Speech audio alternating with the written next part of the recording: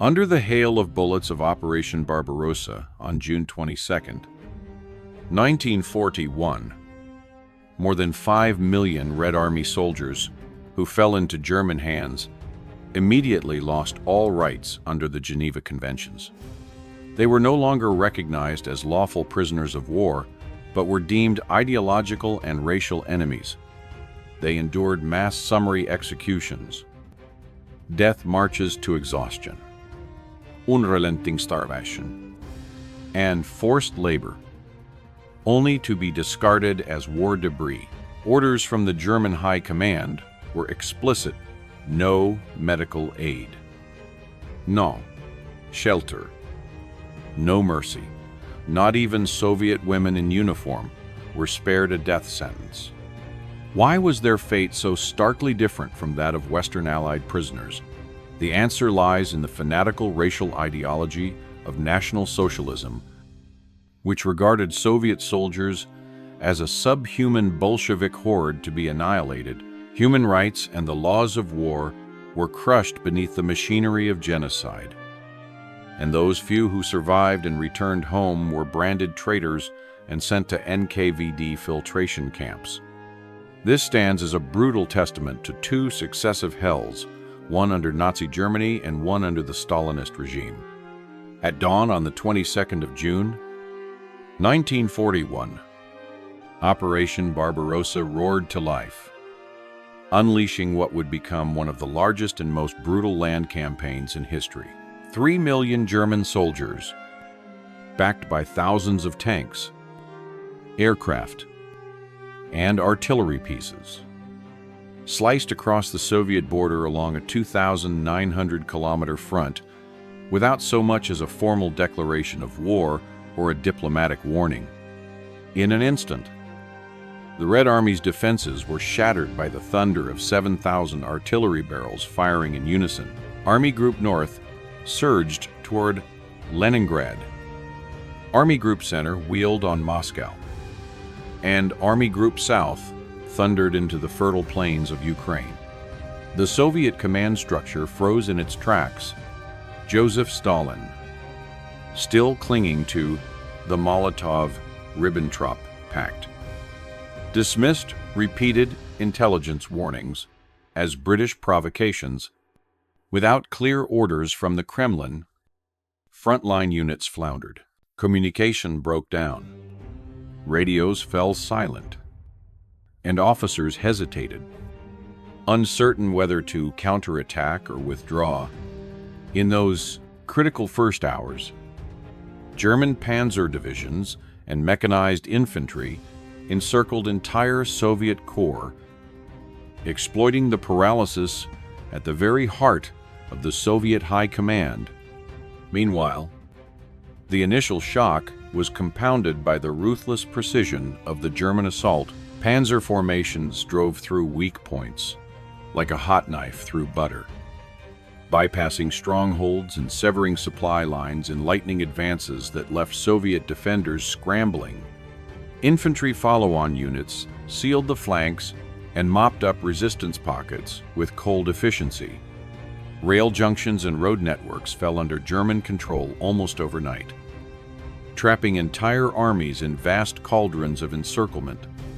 The Red Army found itself not only outgunned, but outmaneuvered at every turn. Yet Barbarossa was conceived as more than a mere military operation. It was a crusade of ideological annihilation.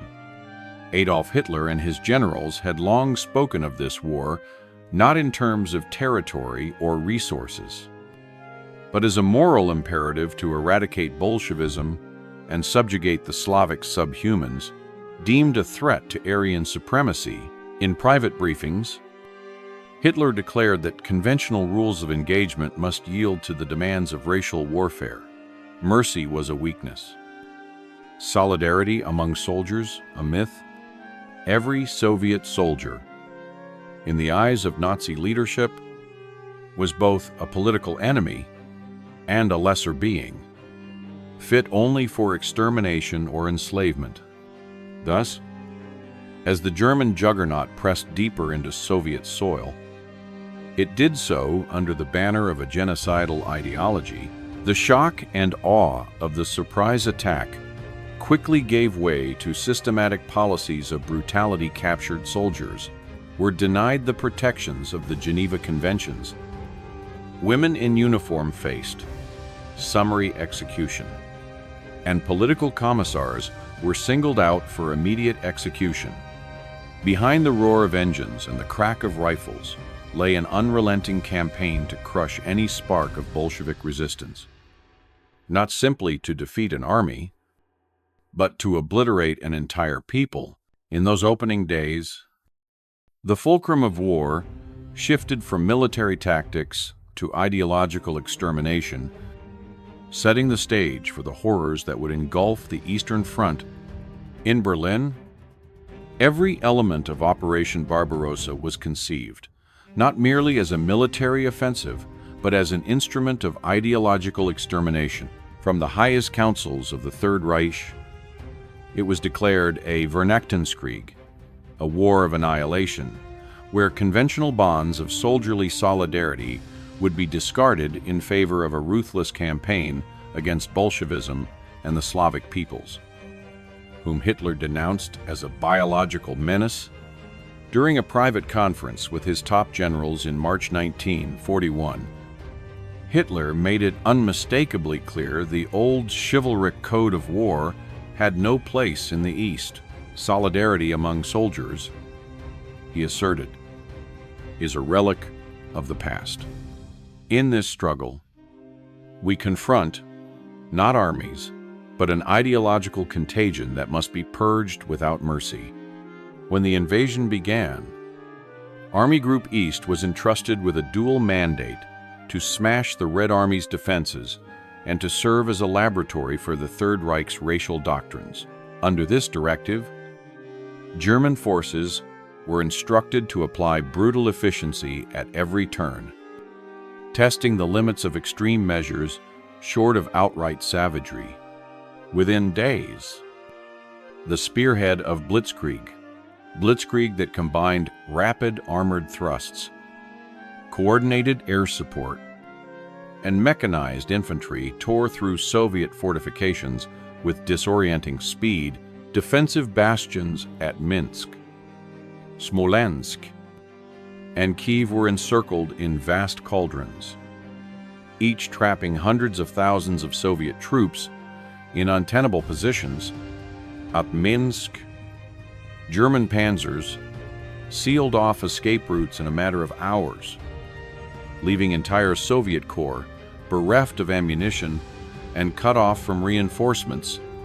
Similar maneuvers at Smolensk and later at Kiev replicated this pattern on a grand scale, each victory adding tens of thousands of prisoners to the Wehrmacht's tally. Far from chaotic, these encirclements were the product of meticulous planning. Reconnaissance units identified weak sectors, engineers breached minefields, and communication networks relayed orders instantaneously. The result was a series of precise strikes that neutralized any hope of organized counterattack. Yet the true purpose of these operations extended beyond battlefield conquest. Each encirclement became a living demonstration of National Socialist policy in action. Commanders on the ground observed which regiments followed orders without hesitation, which political officers sought to rally their men, and which units surrendered rather than fight to the last breath. That data informed subsequent directives. Units deemed politically unreliable were singled out for immediate removal, while others were absorbed for forced labor. Thus, the mechanized onslaught at Minsk, Smolensk, and Kiev served a dual function, destroying enemy formations and refining the regime's methods for dealing with those it deemed racially inferior. By the end of those initial weeks, German forces had not only shattered the Red Army's front line, but had also institutionalized a system in which ideological considerations overrode every other principle of warfare. Soldiers learned quickly that in this war, no defense would be negotiated and no quarter would be given Each advance carried with it the weight of a broader crusade to obliterate Bolshevik influence and to assert the supposed supremacy of the Aryan race. In that crucible, the Eastern Front was transformed into the ultimate proving ground for Hitler's vision, a grim testament to the power of ideology to dictate the course of entire armies. The massive encirclements quickly squeezed the Red Army. At Minsk, over 290,000 Soviet soldiers found themselves cut off, their lines of retreat severed by the thunderous advance of German panzers. Similar operations at Smolensk and Vyazma yielded comparable figures, so that, within the first 3 months of the invasion, more than 2.5 million men had been taken prisoner. These staggering numbers posed a logistical dilemma unlike any in military history. How was the Wehrmacht to feed, clothe, shelter, and transport such an enormous captive population? In Berlin, planners had anticipated the need to process large numbers of prisoners, but they deliberately neglected to devise any workable supply or transport arrangements. Instead, the onus of sustaining the captives was placed squarely on the frontline formations. In his war diary, Army Commander Franz Halder recorded the stark reality in cold, bureaucratic terms. Our troops must find their own means to feed the prisoners. Relocating them to the rear is impractical. No supplementary food stocks were allocated. No designated convoys were arranged. No winter uniforms or basic sheltering materials were supplied. By consigning the care of millions to the improvisation of field units, the German High Command issued an unspoken death sentence. Captured soldiers were expected to subsist on whatever rations the immediate combat units could spare, often a single slice of bread or scraps of hardtack, forcing officers at the front to choose between nourishing their own troops or providing for prisoners. As a result, feeding stations and temporary pens sprang up haphazardly, subject to the shifting fortunes of battle and the fluctuating availability of supplies. Tents, if they appeared at all, were threadbare. Medical supplies were non-existent. Blankets and winter clothing were considered luxuries far beyond the priority of an army racing toward its next objective. Transport represented an equally insurmountable obstacle. Rail cars, needed to supply spearhead units, were rarely freed for prisoner moves. Instead, line of communication trucks, already overloaded with ammunition, fuel, and wounded, were pressed into service to haul detainees, often in open-sided trailers that offered no protection from sun, rain, or cold. Many columns of prisoners were left to march along the edges of German supply routes, their progress dictated not by humane timetables, but by the operational convenience of the pursuing units, stragglers, weakened by hunger and exposure, were abandoned or summarily executed to maintain the perceived momentum of the advance. This policy of deliberate neglect was no accident. It sprang directly from the Nazi regime's racial worldview.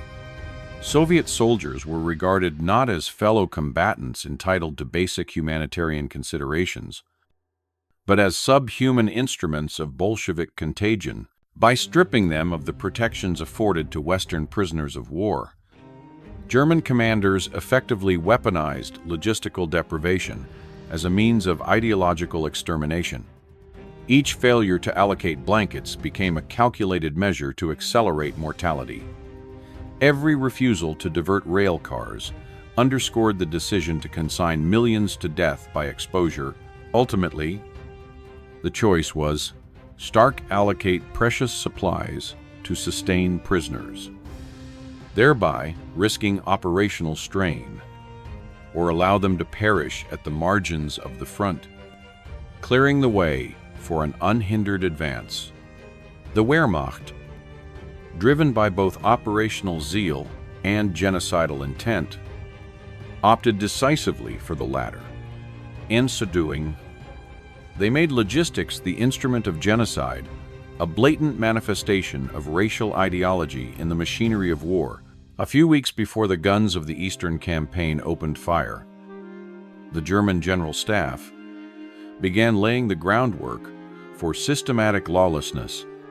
On May 19, 1941, the High Command promulgated the directive titled Guidelines for the Conduct of Troops in Russia, which branded Bolshevism as the mortal enemy of the German nation and urged ruthless and vigorous action to eradicate every form of resistance. This order made clear that traditional protections afforded by the Geneva and Hague Conventions would no longer apply on the Eastern Front. Henceforth, Soviet soldiers captured in battle would not be recognized as legitimate prisoners of war, but as ideological adversaries worthy of the harshest measures. In practical terms, the Wehrmacht's supply apparatus was never tasked with providing for these captives. No dedicated food stocks were allocated, no quarters or medical provisions were designated, no rail cars or trucks were reserved to move the newly enrolled human cargo. As a result, the burden of feeding, housing, and transporting millions of Soviet soldiers fell squarely on frontline units that were already stretched to their limits. These formations found themselves improvising makeshift pens and ad hoc ration distributions, but the resources simply did not exist. The deliberate omission of logistical planning was, in effect, a silent decree of neglect. By September of 1941, the situation had degenerated into open policy. Field Marshal Wilhelm Keitel, head of the Armed Forces High Command, issued explicit instructions, tiering prisoner rations by labor status. Those deemed fit for work would receive a bare minimum of sustenance, while those unable or unwilling to labor would be allotted still smaller portions, well below the threshold necessary for survival. Keitel's memorandum left no room for humanitarian consideration. Prisoners who do not contribute labor must subsist on what remains after military and civilian requirements have been satisfied. In this hierarchy of need, the lives of Soviet captives were rated as expendable. At the apex of power, Adolf Hitler himself reinforced this doctrine. He insisted that food supplies in occupied territories serve only the needs of the local population, explicitly excluding any obligation to sustain prisoners from the East. This pronouncement dispensed with even the pretense of compassion. Humanitarian responsibility was declared irrelevant in the pursuit of ideological objectives. From the Reich Chancellery to the furthest remote outpost, the message was unequivocal. Soviet captives would starve, not through oversight or bureaucratic confusion, but as a calculated outcome of state policy. The consequences were swift and unforgiving. Thousands of makeshift camps sprang up along the front lines, where diminished rations and appalling sanitation bred disease, dysentery and typhus, once treatable ailments, became instruments of slow death as medical supplies were withheld. Bread, a staple meant to sustain, was doled out in token crumbs, sometimes a single piece shared among dozens. Shelters, when provided at all, were open-air pens or tattered tents that offered no defense against wind, rain, or the approaching winter frost. In this engineered environment of deprivation, mortality soared across the Eastern Front. Starvation claimed its share, but disease and exposure completed the grim tally. Millions of Soviet soldiers perished, not in pitched battles, but in the silent struggle for a scrap of food or a sliver of warmth.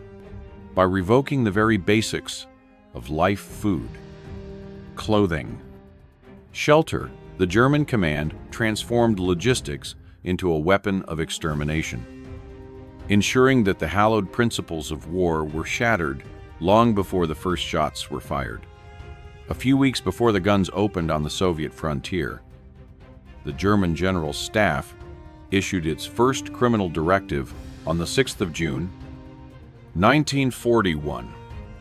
The secret Commissar Order was promulgated, mandating the immediate execution of any political officer, any commissar of the Red Army, upon capture. This directive, signed by Supreme Commander Wilhelm Keitel and personally endorsed by Adolf Hitler, flagrantly violated both the Geneva and Hague Conventions. By stripping political officers of their prisoner of war status, the order turned summary execution into standard practice rather than the exception once Barbarossa commenced. Wehrmacht units and the SS-led Einsatzgruppen worked in concert to implement this policy. Political officers were identified at the point of capture, often within mere minutes of interrogation, and then dispatched without trial or mercy. In its operational report for early October 1941, the 2nd Panzer Group alone accounted for the execution of 183 commissars. Trucks and field units formed ad hoc screening lines, while records kept by divisional staffs noted each commissar's name before consigning him to death on the spot. No formalities were observed, no appeals heard. Only the swift elimination of individuals deemed irredeemable ideological foes. Under the direction of Reinhard Heydrich, the scope of these purges rapidly expanded beyond commissars. Specialized task forces of the Einsatzgruppen gained access to prisoner of war camps. Empowered by the same no questions asked criterion to remove all undesirable elements. Jews, intellectuals, staunch communists, and any soldier marked by an unwavering refusal to capitulate were rounded up for immediate execution. These selections often took place in nearby woods. Prisoners were forced to dig their own shallow graves before being shot. A procedure carried out with grim efficiency, but without the frenzied violence sometimes associated with the SS instead. A cold, bureaucratic precision that underscored the systematic nature of the killings. The tragic fate of Grigory Ladik, a political officer captured at Stalag 308 and sent to Gross Rosen, became emblematic of this calculated brutality. After less than 10 minutes of questioning, Ladik was marched to a nearby clearing and executed. His solitary diary entry later reduced to a few terse lines, confirming his role as commissar. His death illustrated the utter collapse of any concept of due process on the Eastern Front and served as a grim reminder that, in the eyes of the German High Command, ideology trumped even the most fundamental norms of armed conflict. This chain of directives and actions was more than a series of isolated atrocities. It constituted a formal declaration that, in the East, no law existed except the genocidal creed of National Socialism. By targeting political officers and other dangerous categories for immediate elimination, the German leadership signaled that the Eastern Campaign would be conducted as a war of ideological extermination rather than a conventional military engagement on this vast, blood-soaked frontier.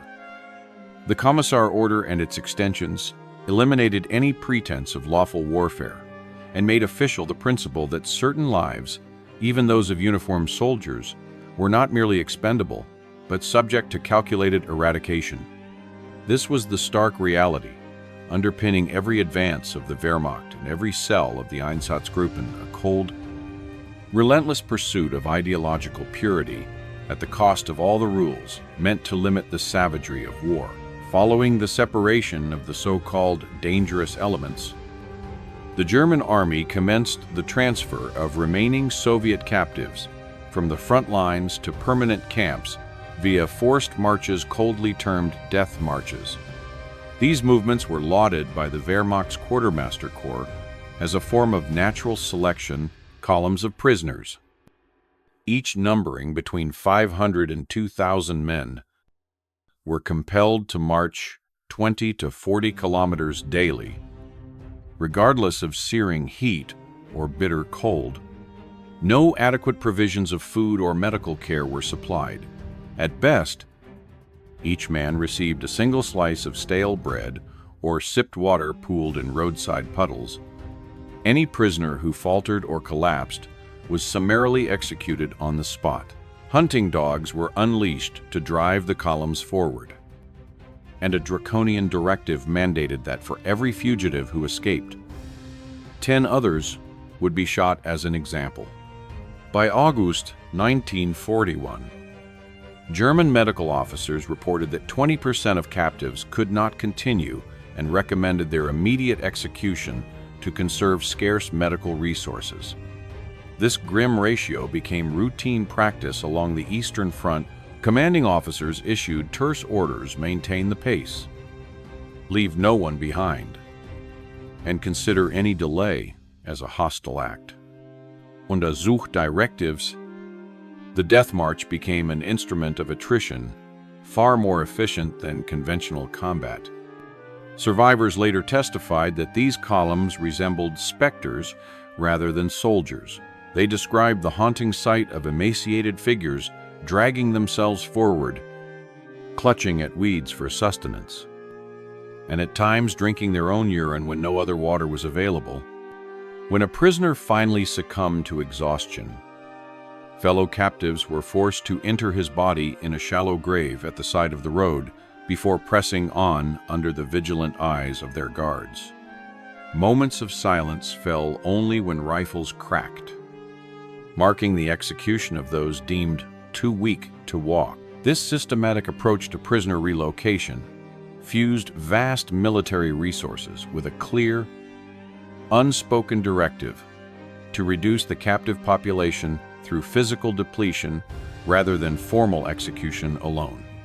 Thousands of vehicles and troops were allocated to maintain the pace of these marches, ensuring that no logistical or humanitarian concern would slow the advance of the front. In effect, the march itself became the final and fatal phase of captivity. Designed to extinguish life through exhaustion and exposure, field reports from multiple panzer groups confirmed the uniformity of this practice.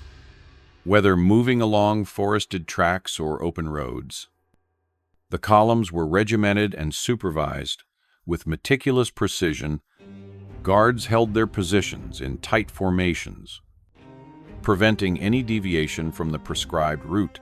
At predetermined intervals, officers conducted roll calls, tallying the living and the dead, and recording the names of those who had been left behind or executed.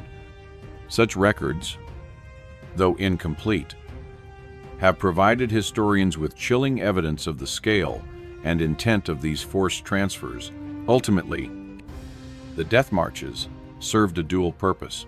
They cleared the front lines of prisoners whose care would otherwise divert critical resources, and they imposed a final, merciless test of endurance on those captured. In doing so, the German High Command transformed the logistics of prisoner management into a weapon of attrition. This calculated method of elimination, neither haphazard nor overtly frenzied, underscores the chilling efficiency with which the Wehrmacht pursued its ideological goals. Through exhaustion, deprivation, and systematic neglect, hundreds of thousands of Soviet soldiers perished long before reaching the gates of the camps that awaited them.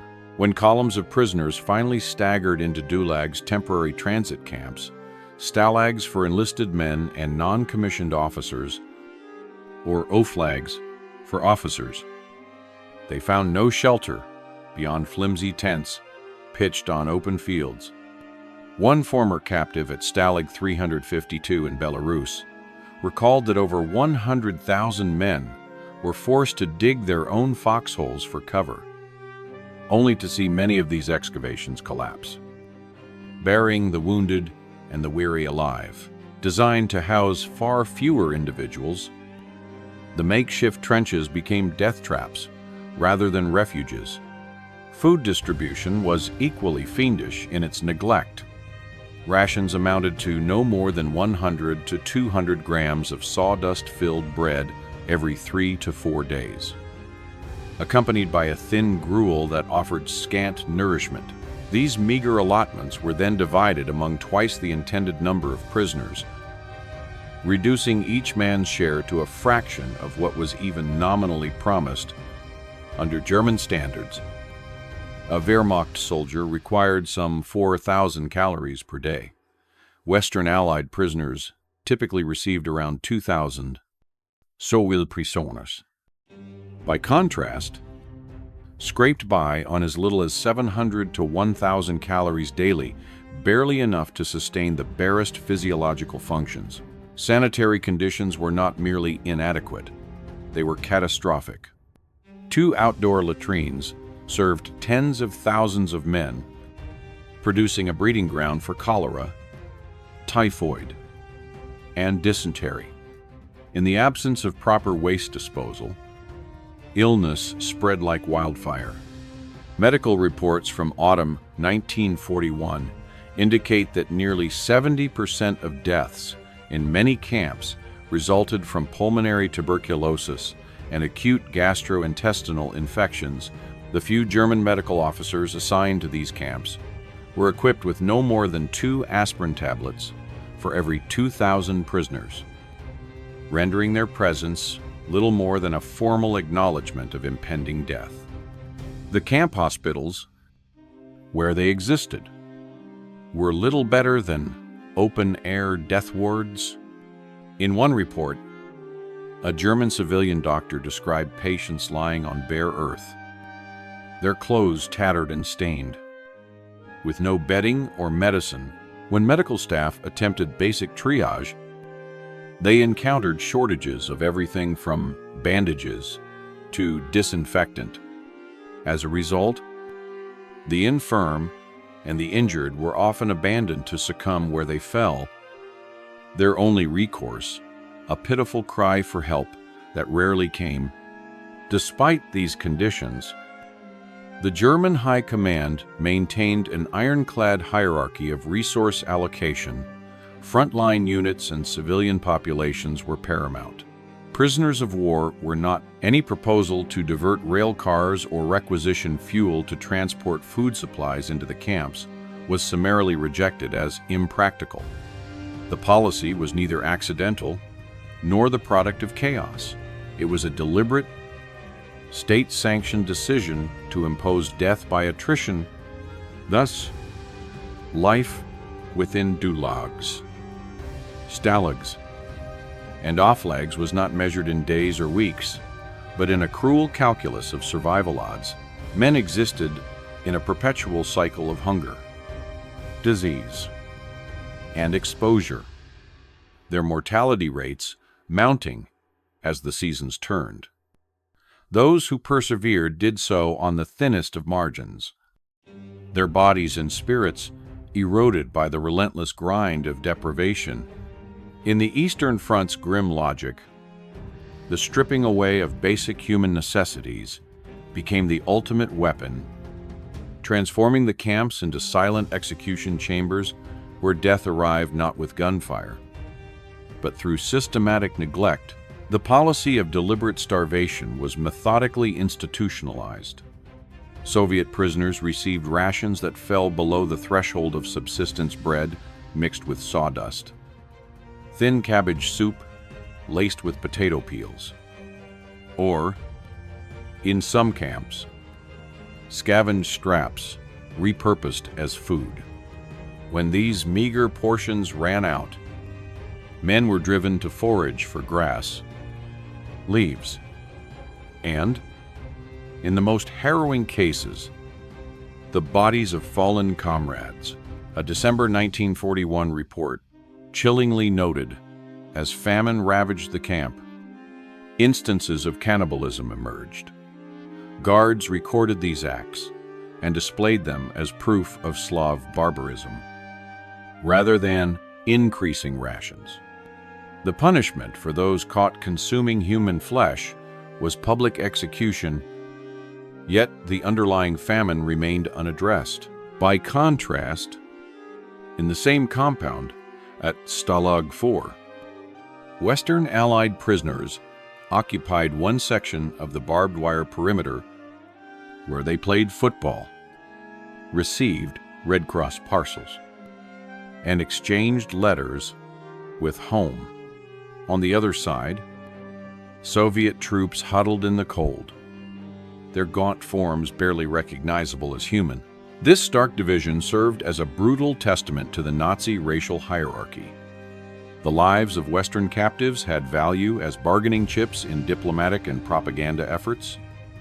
While Soviet lives were deemed expendable, camp administrators maintained that allocations were determined by labor output and priority for the local civilian population.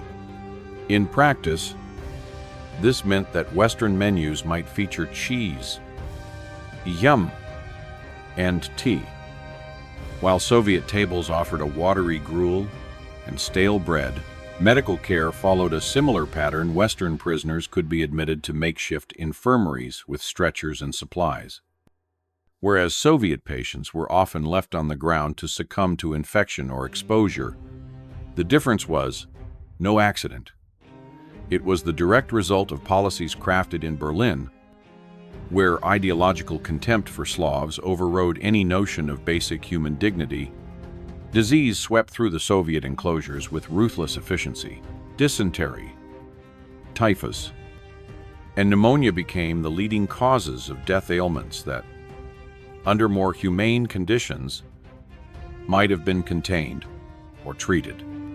The camp's primitive latrines and the lack of clean water created breeding grounds for pathogens. Winter intensified the toll. Hypothermia and frostbite claimed those too weak to seek shelter. In the face of this mounting crisis, appeals for additional supplies were dismissed as impractical distractions from the war effort.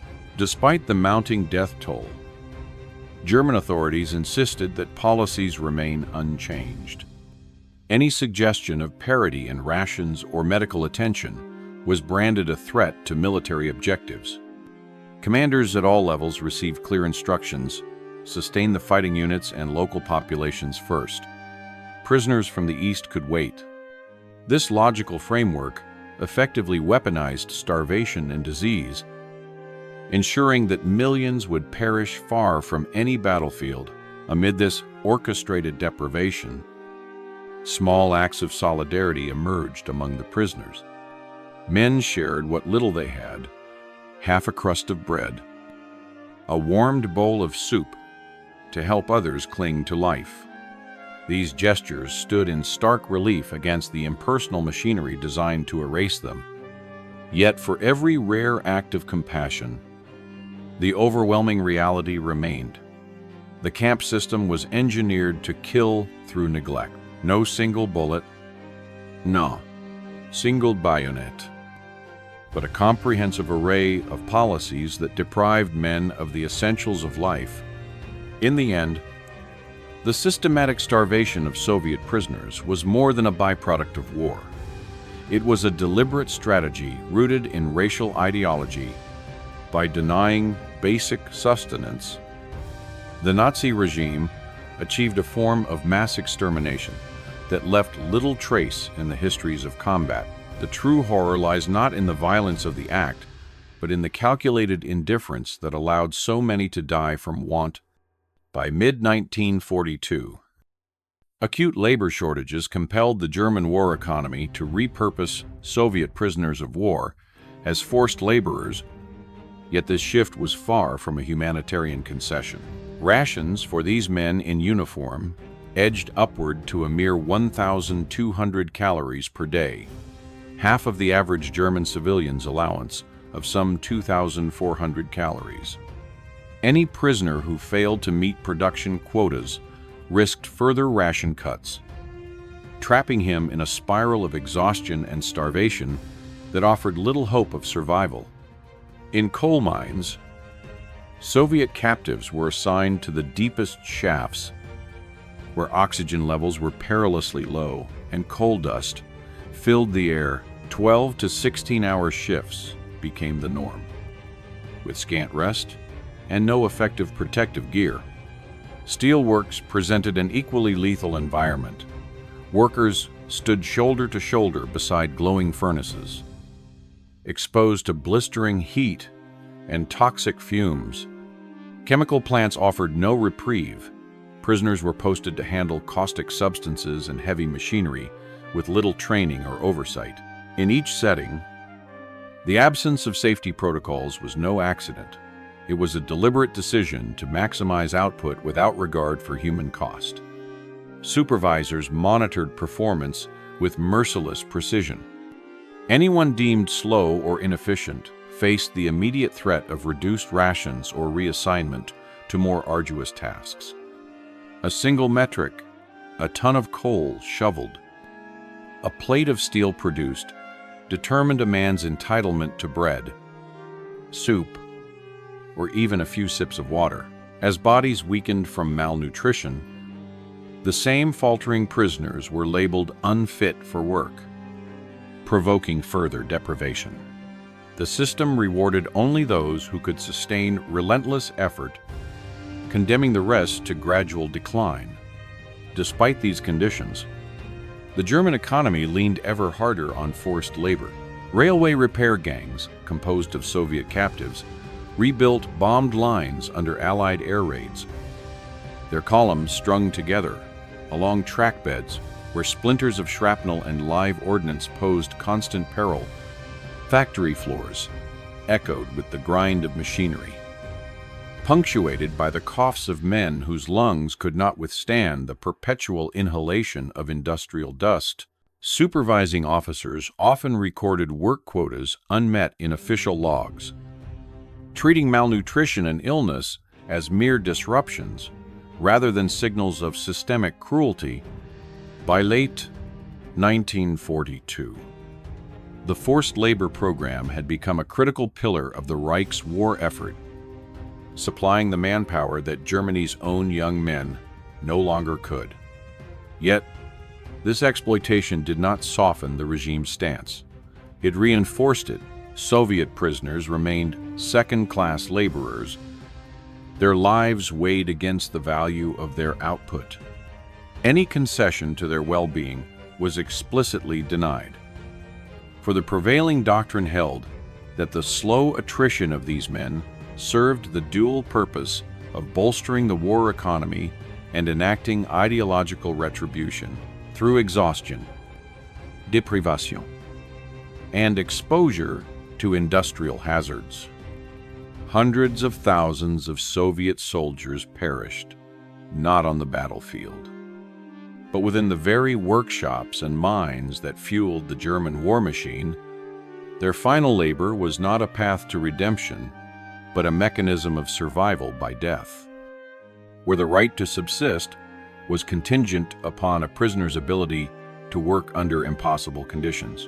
In this cold calculus, forced labor on the Eastern Front became another vector of systematic elimination, a grim testament to the regime's willingness to destroy millions in the name of ideological and economic objectives.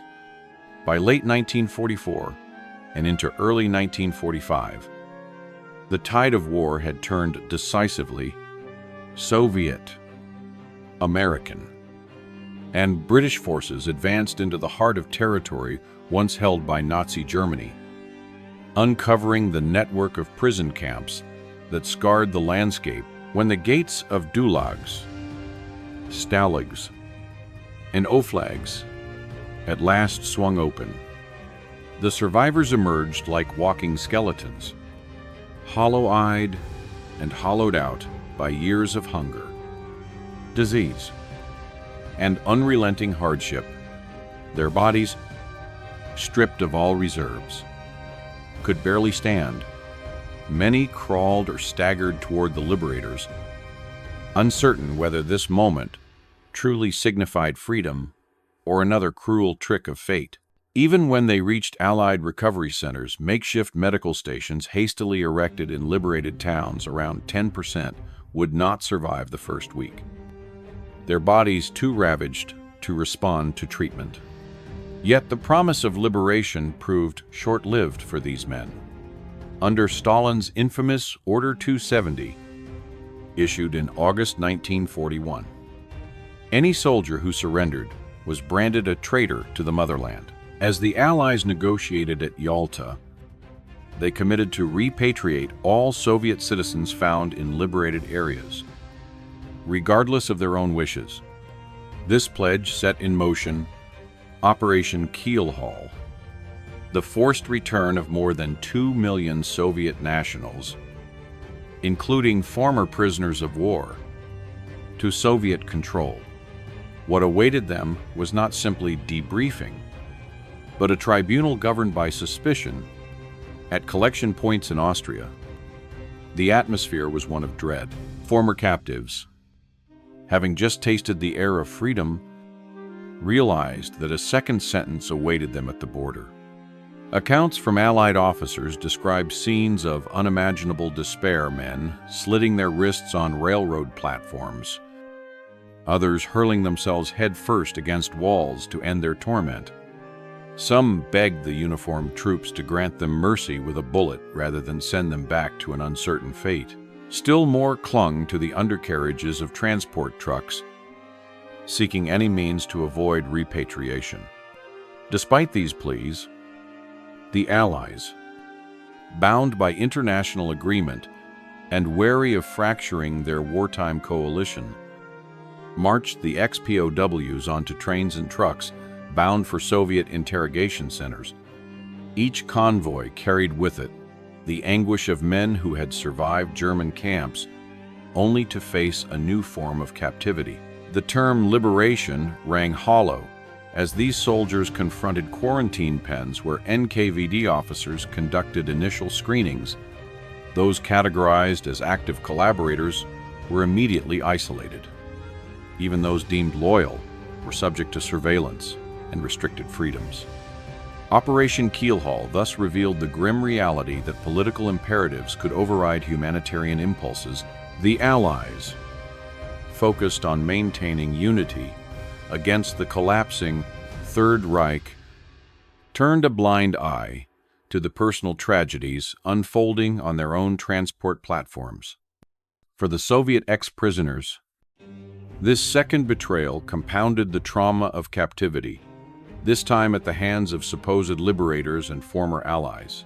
In the months that followed, many of those returned to Soviet soil would find themselves in filtration camps, subjected to harsh interrogations, and often sentenced to labor camps or penal battalions. A generation that had endured the worst of Nazi brutality now faced reprisal under their own flag. The double captivity endured by these men serves as a stark reminder of how the mechanisms of power in both tyrannies and alliances can entrench suffering rather than alleviate it. Upon crossing back into Soviet territory, former prisoners of war found themselves funneled not into freedom, but into a vast network of NKVD filtration camps, sites such as Voruta, Norilsk, and Kolyma, where their fate would be decided through a rigorous three-stage interrogation process. The first questioning occurred at border collection points, where ex-POWs were confronted with accusations long before they could set foot on home soil. Those who survived this initial screening were sent to transit camps for more intensive scrutiny. Finally, a third level of interrogation awaited in labor camps, where lingering doubts about loyalty could condemn a man to years of hard sentence under Soviet guard. Interrogators employed systematic techniques designed to break bodies and wills without resorting to overt savagery.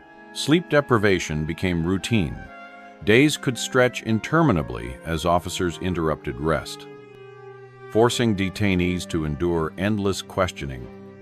Physical coercion, blows to the limbs or torso, served not as spectacle but as calculated pressure to elicit confessions. Prisoners were compelled to sign statements admitting to collaboration or espionage, regardless of truth.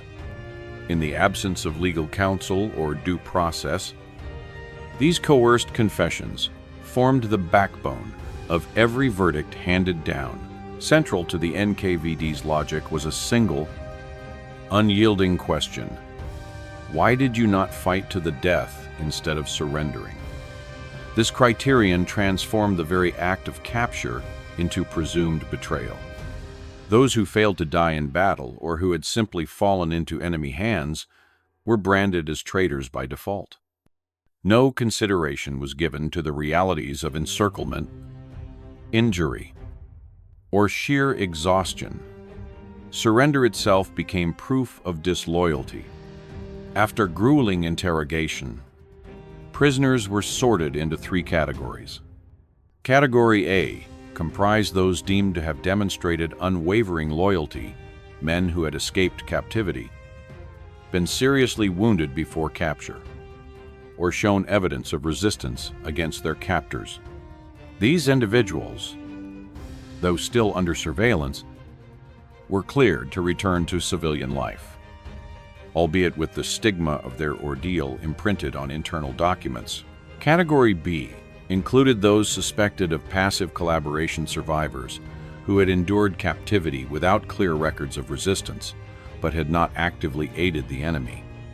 While some in this category avoided formal imprisonment, they were nonetheless dispatched to labor battalions, where they performed heavy construction or road-building work under strict military discipline. Their service, though less punishing than the Gulag proper, offered no restoration of full rights.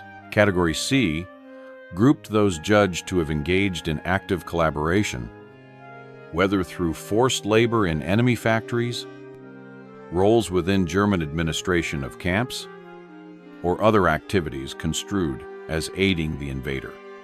These men were convicted as criminals and sentenced to terms in the Gulag system ranging from 5 to 25 years. A small subset, primarily officers, faced the ultimate penalty, execution by the state they had served in uniform.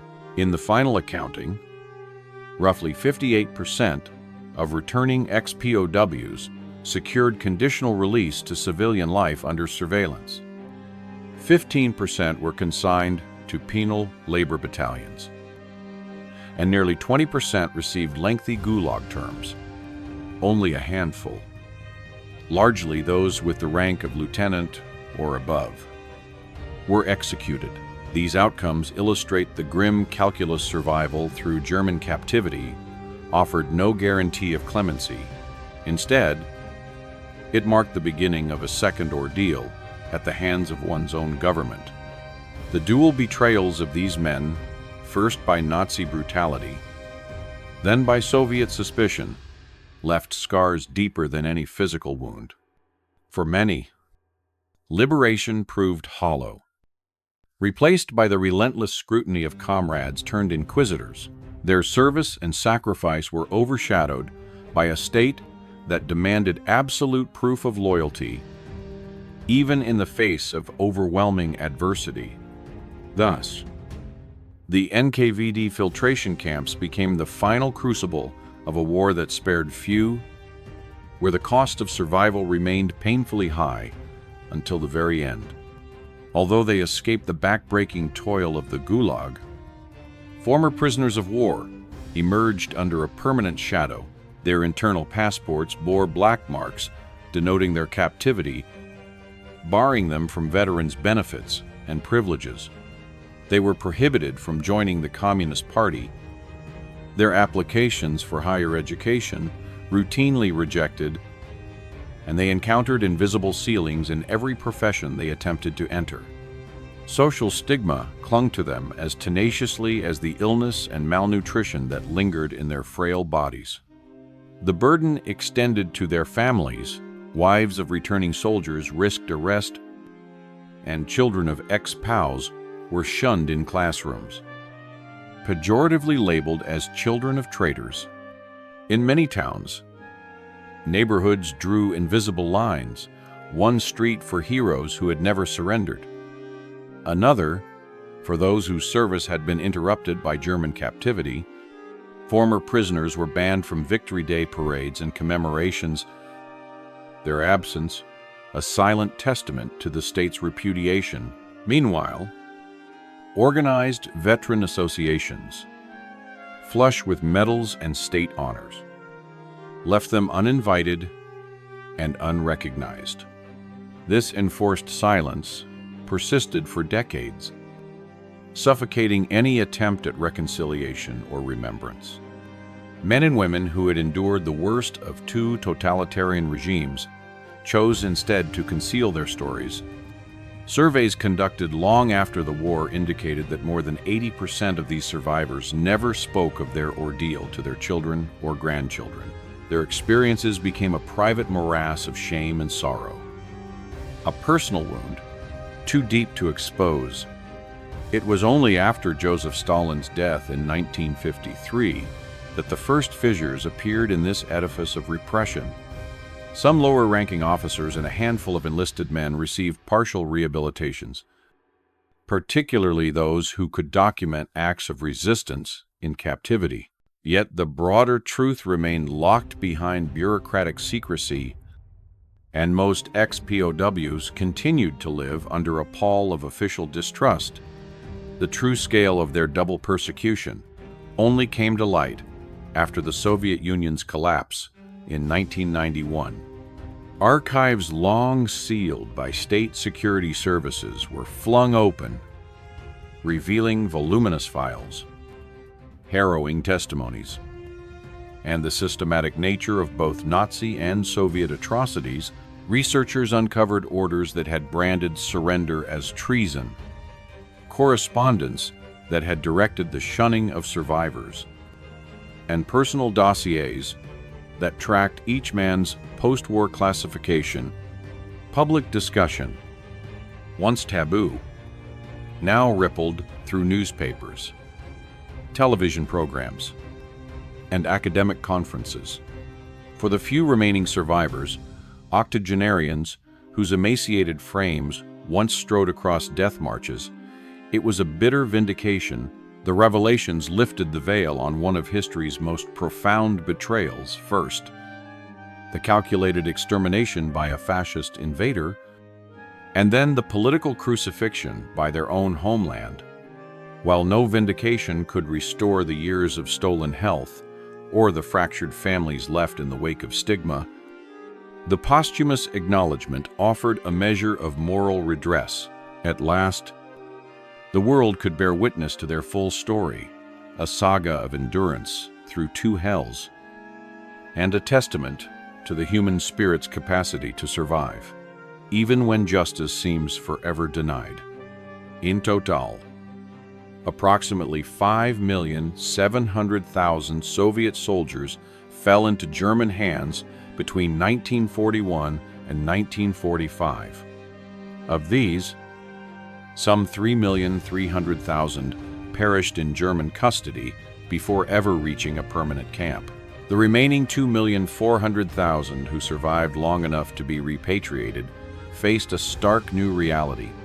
Hundreds of thousands were detained by Soviet authorities or subjected to criminal proceedings, effectively extending their captivity under a different banner. Very few emerged without lasting scars. Nearly every returning soldier endured systemic discrimination, denied veterans benefits, subjected to restricted medical care, and compelled into grueling labor assignments. Above all, they carried the weight of psychological wounds that festered throughout their lives, reminding them daily of the twin betrayals they had suffered. This staggering tally of human loss and suffering underscores a chilling truth: when extremist ideology and unyielding political dogma ascend above the principles of humanity and the safeguards of international law, Individuals cease to be recognized as persons and instead become mere obstacles to ideological objectives. The machinery of state power, whether exterminatory or punitive, transforms structured policies, death marches, starvation rations, forced interrogations into tools of systematic erasure. The invisible line between lawful warfare and genocide blurs until only the ideological imperative remains, demanding the eradication of all deemed unworthy of conventional protections. Moreover, the cost of this ideological supremacy was not limited to the battlefield. Once home, ex-POWs found themselves stripped of honor. Their sacrifices, rather than celebrated, were treated as evidence of betrayal. A soldier's willingness to survive became tantamount to admission of disloyalty. Consequently, these men and women, already hollowed out by years of neglect and hardship, were cast into a social wilderness, where suspicion and stigmatization eroded any remnants of their pre-war identities. Families shattered under the strain, wives who suffered arrest, children subjected to social ostracism, entire communities divided over the fate of a single returned soldier. In the broader context, this narrative serves as a stark admonition. The fusion of extremist thought with state authority creates a potent mechanism capable of dismantling the very notion of shared humanity. Democratic safeguards, international conventions, and moral constraints are rendered impotent when confronted with a doctrine that places ideological purity above the sanctity of human life. Under such a regime, the boundary between duty and atrocity dissolves, allowing cold administrative decisions to become instruments of mass destruction. Yet within this darkness, the resilience of those who survived shines as a testament to the enduring strength of the human spirit. Despite the calculated deprivation and institutionalized neglect, these individuals persisted. They bore witness, often in silence, so that future generations might learn the high cost of surrendering our shared principles to the zeal of uncompromising dogma.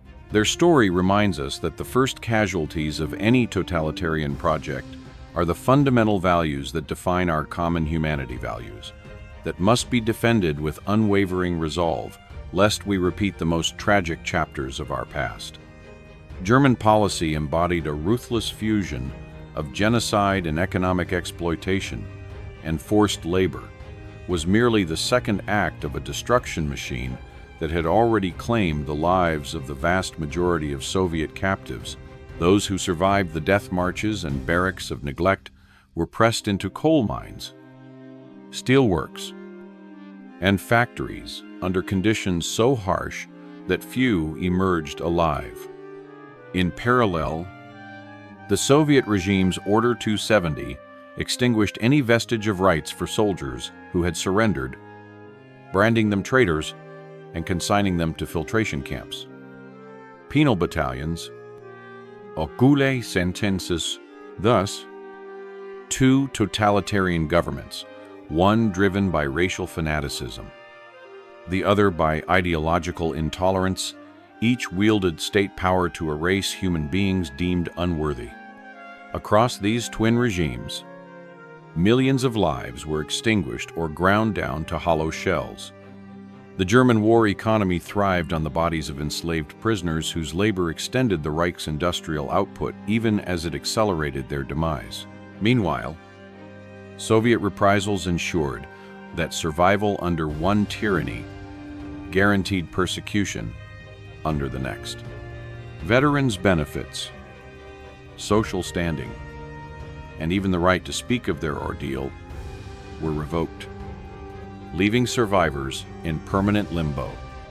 This dual betrayal serves as a stark historical admonition.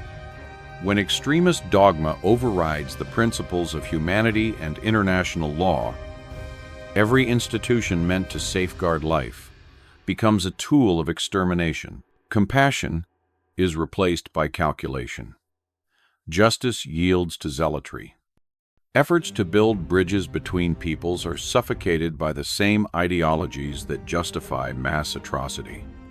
In the end, the ashes of these two regimes warn us that the moment we surrender our shared values to fanaticism, the prospect of genuine peace and cooperation dissolves into the black smoke of hatred and suffering. This video not only unveils a grand and contrasting chapter in history, from the systematic destruction wrought by Nazi Germany to the brutal purge carried out by Stalin's regime, but also reminds us of the priceless value of human dignity and the critical importance of international law.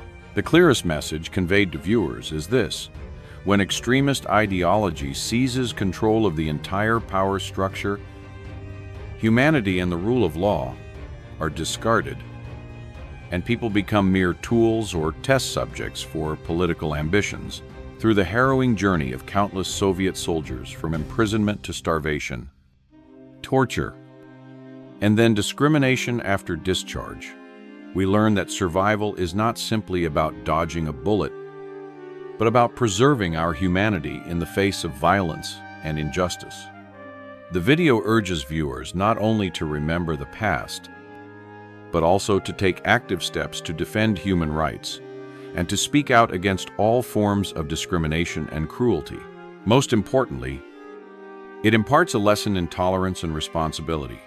No one, whether a former enemy or an ally, should be abandoned to a dead end of despair. We must strive to build a world in which law, justice, and compassion are always placed above any narrow ideology, so that such tragedies never happen again.